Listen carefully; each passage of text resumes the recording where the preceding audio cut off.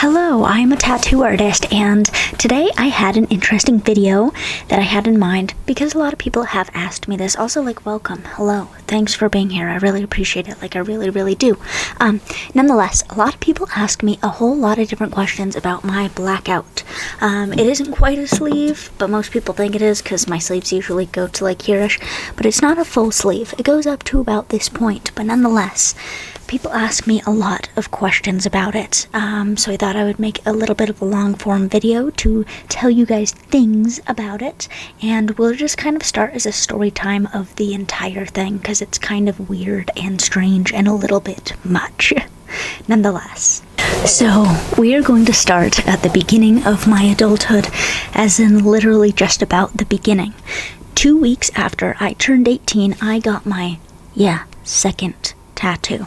My first tattoo was a little dagger on my thigh. Nonetheless, my second tattoo was way under here, and it was a rose. It was a rose done by a dude that worked at a traddy shop downtown where I got my first tattoo. Also, they were both walk-ins. Happy with both of them, even though this one is covered. Nonetheless, I was totally happy with that. I have no issue with that tattoo at all. It just happened to be in the middle of the rest of it, and I couldn't just keep it. It wasn't going to work for what I was trying to do. Nonetheless, I got this tattoo. I was very excited about it. Woohoo, yay, woohoo. And then pretty quickly after that, I can't remember exactly how long it was, but it couldn't have been that long after, because I got my apprenticeship in October of 2019. I graduated and turned 18 in June of 2019, so probably earlier in the next year of 2020 sometime is when I started getting a tattoo more around this whole area. So nonetheless, what happened was I had a mentor at the time. That's when I got my apprenticeship. This mentor was doing deals for half sleeves, and I was like, ooh, that might be a good idea. Maybe I'll do half sleeve for a cheaper price. That would be great because I don't have that much money to spend because I'm an apprentice after all. And then I can get more tattoos because I'm an apprentice. I need to look tattooed. It's one of those things, So nonetheless, I decide to then do that, and I contact my mentor. We set something up.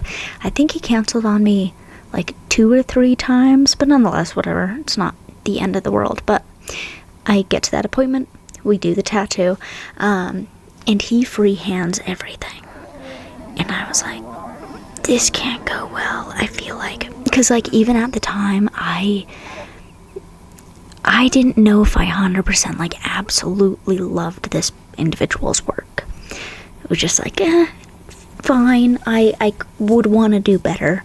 But even at that time, I didn't know what quality even really looked like. I was so new to what tattooing was, in general. So, nonetheless, I agreed to it. We're doing it. He free-handed everything. I could tell, something was weird here. We didn't quite line out the back, I don't think, the first go-around, but we tattooed it. And then during the healing process, all of it lightened up so much. I think it was the first session, because I think I only did 2 sessions. Lots of life was happening. I can't remember. But nonetheless, it all lightened up a bunch, and it looked really weird. And there was a snake on my hand right here. His little head was right here, and I was like, I don't like that you're putting it directly on the joint. But nonetheless, it was already there at this point. And I didn't love that it was directly on the joint, and I think it was my uncle that mentioned it. And I couldn't stop thinking about it, was that it looked like a pinar. And it did. And I was not having the time of my life, I gotta say. So, because of that, I was really itching to finish it, because it's I can't have it looking like this. So we finished it. I ended up not really being that happy with it because it all just still continued to lighten up. Also, a note that I totally forgot was the lightness of the ink, where it fell out like a bunch, was definitely because the ink must have been fake. Sorry, I always pop my knuckles. It's bad. I'm recording. What am I doing?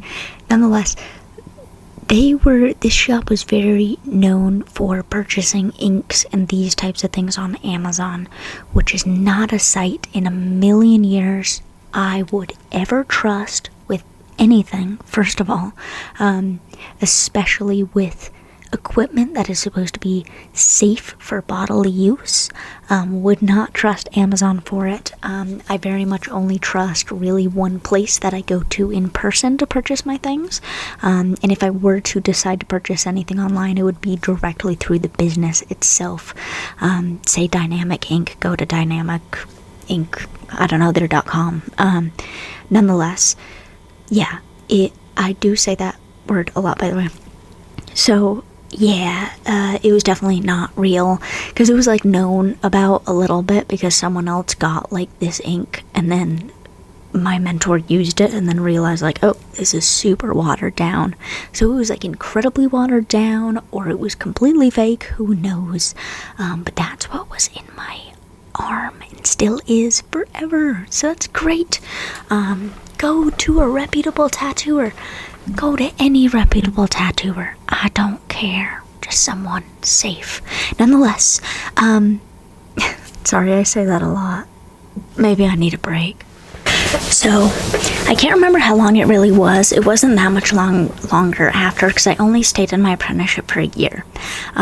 Hated that tattoo throughout the process. Sometime when I was still at that shop, I think, is when I attempted to make additions up here to try to fix it, because I really did not like it, so I was trying my best to fix it. You can probably tell on the back, there's like supposed to be a point right here.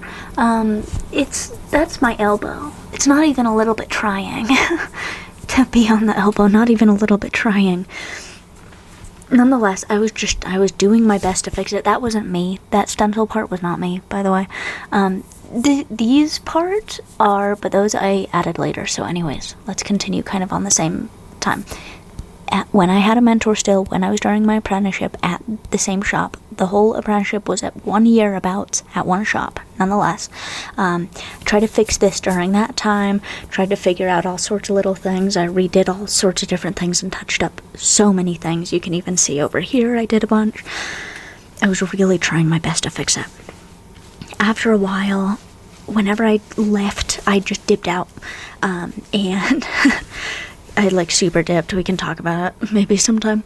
I don't know if I talked about it here. I definitely have on TikTok. Anyways, so I dipped out.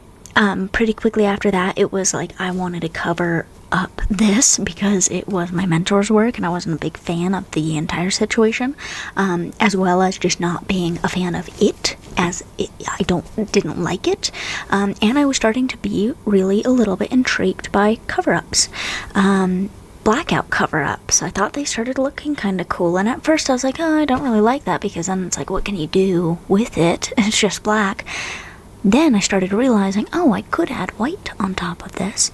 So I was like, okay, if I'm gonna do black, maybe I'll do white on top, and I could do something else to essentially make it something from me rather than what was once my past, like becoming something else, or be rebirth in some capacity. So because of that, I wanted to do it myself. So I started figuring out all the little lines right over here, and I started figuring out these guys, and I started doing these and started blacking it out.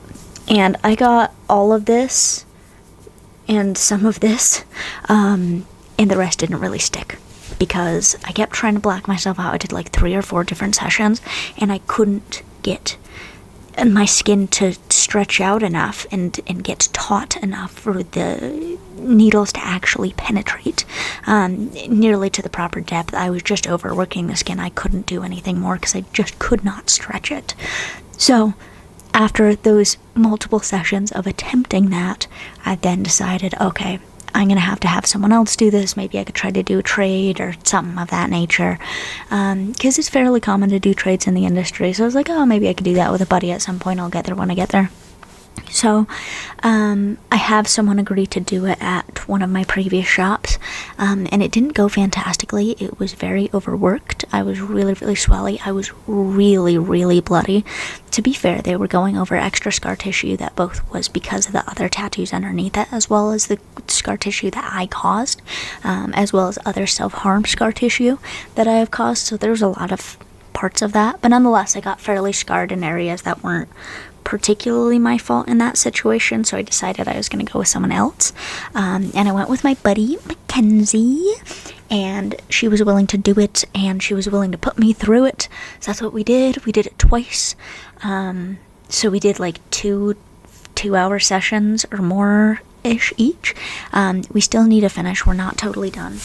So we've got these points. There's still like little openings because of my mess ups, and this whole area right here needs to be a little bit darker. The more that we go over it too, it should kind of break down the scar tissue that's underneath it, which would be great. We really need to get these parts, and of course the elbow again. But she did quite well. I'm excited to fully finish it. Either we're gonna wait, do all the white next because I'm lighter right now, and then go in and do the black through all the gaps with the white, essentially. But nonetheless, yes, I am planning on getting other stuff on top of it and utilizing this space. I don't know 100% how, and I'll probably do a lot of adjustments along the way, but that's kind of the point, isn't it? That's the part that's fun, is you can always keep working on things. There's so many things that I still need to work on and still need to touch up and change and add on to and rework. But sometimes when it's like what you do as a career and it's already surrounding your everything, it's like, oh, I don't want to have to do what I do every day to myself and feel the pain at the same time. It's already hard enough trying to get in the chair again for other people because it's like, oh, this hurts. Tattoos hurt, okay? It's just how it is. But yeah, we're gonna be doing more to it at some point. I know she really wants to get more done soon, and I'm excited too. It just hurts, and there's some spicy areas in there. And I've got a whole other arm that we're finishing, lightening these guys up, because I am gonna get a full sleeve at some point, but I am afraid to do that. But I'm mainly afraid to go back and get laser, because it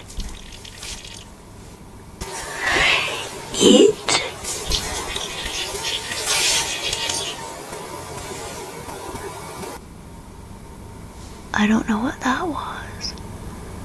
It was like a spooky sound, but I think it's just the candle. That was the weirdest thing, and I'm slightly afraid. I'm gonna bring this up with me as my help to feel not so scared. What even was that? Like, it could be the candle? Okay, maybe it is the candle. Okay, I think it's the candle. I'm gonna attempt to, no, I don't know if I could. I'm not gonna try to bring you up there, I'm sorry. That would be cruel.